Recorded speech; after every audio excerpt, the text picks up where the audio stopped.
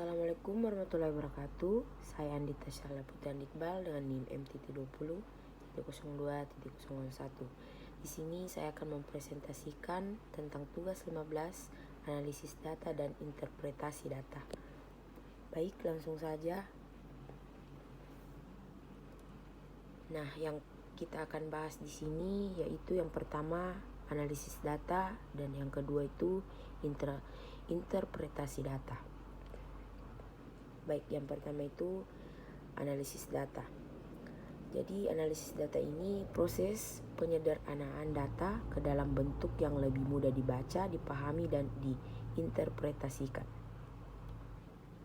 Nah, penyederhanaan data sendiri itu pada umumnya ada 3 cara yang dipakai untuk menyederhanakan data, yaitu melakukan tabulasi, menggunakan perhitungan dengan statistik sederhana sampai yang canggih, dan terakhir itu gabungan keduanya.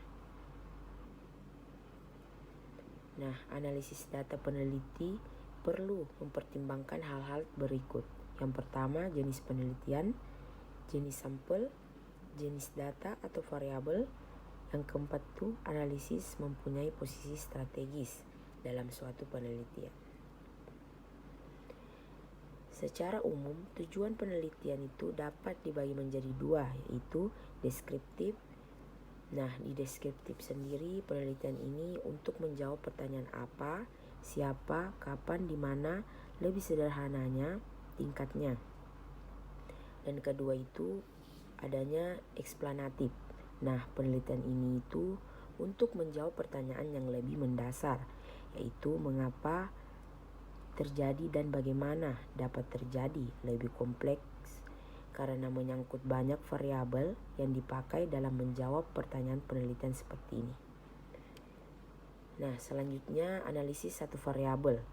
Dalam tabel frekuensi, langkahnya yaitu menyusun tabel frekuensi dan disusun secara tersendiri. Tabel frekuensi ini merupakan bahan dasar untuk analisa selanjutnya.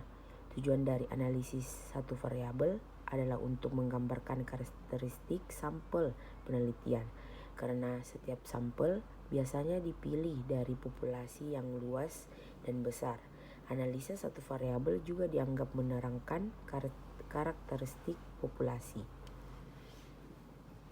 Nah, ini dia tabel frekuensi mempunyai banyak fungsi, yaitu yang pertama mencek apakah jawaban responden atau satu pertanyaan konsisten dengan jawaban dari pertanyaan lainnya atau tidak. Yang kedua memperoleh deskripsi ciri atau karakteristik responden atas dasar analisa satu variabel tertentu. Nah, yang ketiga itu mempelajari distribusi variabel penelitian menentukan kualitas data hasil penelitian. Dan terakhir yang keempat menentukan klarifikasi yang saling baik untuk membuat tabulasi silang. Terus diperlukan standar baku. Hal ini dimaksud agar supaya peneliti dapat membandingkan hasil penelitiannya dengan yang lain. Pada tabel frekuensi sendiri sebaiknya disusun mulai dari nilai klarifikasi yang terkecil sampai dengan yang terbesar secara berurutan.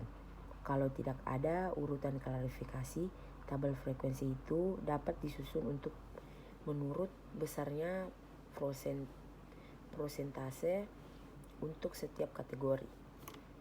Penggunaan teknik statistik, peneliti akan melakukan kesalahan fatal jika secara langsung menggunakan teknik statistik, apalagi yang canggih, tanpa mengetahui terlebih dahulu pola distribusi variabel-variabelnya. Nah, jika terjadi, maka hasil analisa tersebut tidak berguna bagi interpretasi karena salah satu asumsi pokok tidak diketahui dan tidak dipenuhi. Dengan demikian, kesimpulan yang dibuat dapat menyesatkan. Nah, adapun analisis data kuantitatif. Nah, statistik yang dalam pengelompokan berbeda dibutuhkan persyaratan yang berbeda pula. Statistik pada analisis data kuantitatif itu membantu mendeskripsikan secara lebih visual dan melakukan generalisasi dengan mengetahui besarnya kesesatan, penyimpanan atau kesalahannya. dapat diketahui dengan dipahami secara sama oleh banyak orang di berbagai disiplin ilmu. Analisa data kuantitatif terbagi lagi dalam 3 tahapan tetapi saling berkaitan. Yang pertama itu tahap-tahap pengolahan data meliputi editing, prakoding, klasifikasi, membuat tabulasi tunggal, tabulasi silang, dan lainnya. Yang kedua, tahap pengorganisasian data, pengukuran yang cermat menurut kaidah ilmu pengetahuan memberi jaminan dalam derajat kebenarannya. Dan terakhir, ketiga, tahap penentuan hasil. Tabel merupakan kerangka analisa data yang mengambil kesimpulan sehingga tabel harus dibuat dengan benar dan pada analisis data kualitatif mencari menata secara sistematis hasil pengumpulan data atau observasi dan in-depth, menambah pemahaman peneliti tentang fokus penelitian menyajikan dalam bentuk laporan. Nah, selama di lapangan berusaha untuk mempersempit fokus, mengembangkan terus-menerus pertanyaan analitik dalam upaya mengkaitkan antara data dengan teori. Nah, sesudah di lapangan, membangun ide atas dasar data, karena data bukanlah tujuan, tetapi alat untuk memperjelas pikiran. Kedua, kita akan membahas tentang interpretasi data.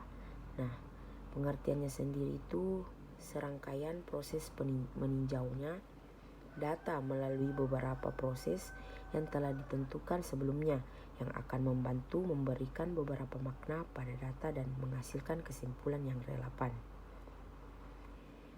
Melakukan interpretasi pada dasarnya adalah mencari tahu apa arti dari angka, simbol, atau narasi cerita yang diperoleh. Contohnya itu jika diketahui bahwa sebagian besar 60% pencairan dana rekonstruksi adalah lambat. Pertanyaannya berikut adalah siapa mereka dan mengapa terjadi kelambatan. Jawabnya bisa hanya dari hasil survei. Tetapi dalam banyak kasus butuh sumber data lain. Oleh karena itu, interpretasi dilakukan dengan cara memanfaatkan data sebanyak mungkin. Nah, ini dia cara melakukan interpretasi data, yaitu mengumpulkan data, mengembangkan temuan maupun hasil penelitian, memberikan rekomendasi, interpretasi dengan teori yang digunakan atau dengan hasil penelitian orang lain, ketajaman analisis tergantung pada penguasaan konsep dan teori makroanalis, menunjukkan adanya data hubungan sesuatu dengan yang lain. Nah, ini dia analisis data sekunder. Manfaat data sekunder sebagainya yaitu ada 3, yaitu data utama yang dianalisis, yang kedua data tambahan untuk dianalisis, dan ketiga itu sebagai penyeimbang informasi. Nah, kelemahannya dari analisis data sekunder itu menggunakan sebagian data utama, yaitu keterbatasan data, kedua data yang tersedia mungkin tidak tepat seperti yang diinginkan, 3 kualitas data, dan 4 itu tergantung dari kreativitas peneliti. Nah, keuntungannya itu menggunakan data sekunder, yang pertama lebih ekonomis, 2 lebih cepat memperoleh data, 3 sedikit melibatkan orang, 4 memungkinkan untuk melihat tren dan dimungkinkan menganalisis data berdasarkan pada perbandingan antar waktu, dan kelima peneliti tidak berhadapan langsung dengan masalah, dan terakhir itu cakupan data lebih banyak. Keterbatasan datanya itu indikator yang tidak sesuai dengan konsep yang ingin diteliti. Konsep atau definisi operasional yang digunakan oleh peneliti berbeda dengan yang digunakan dalam mendapatkan data, misalnya umur pekerjaan anak, pengangguran atau setengah pengangguran.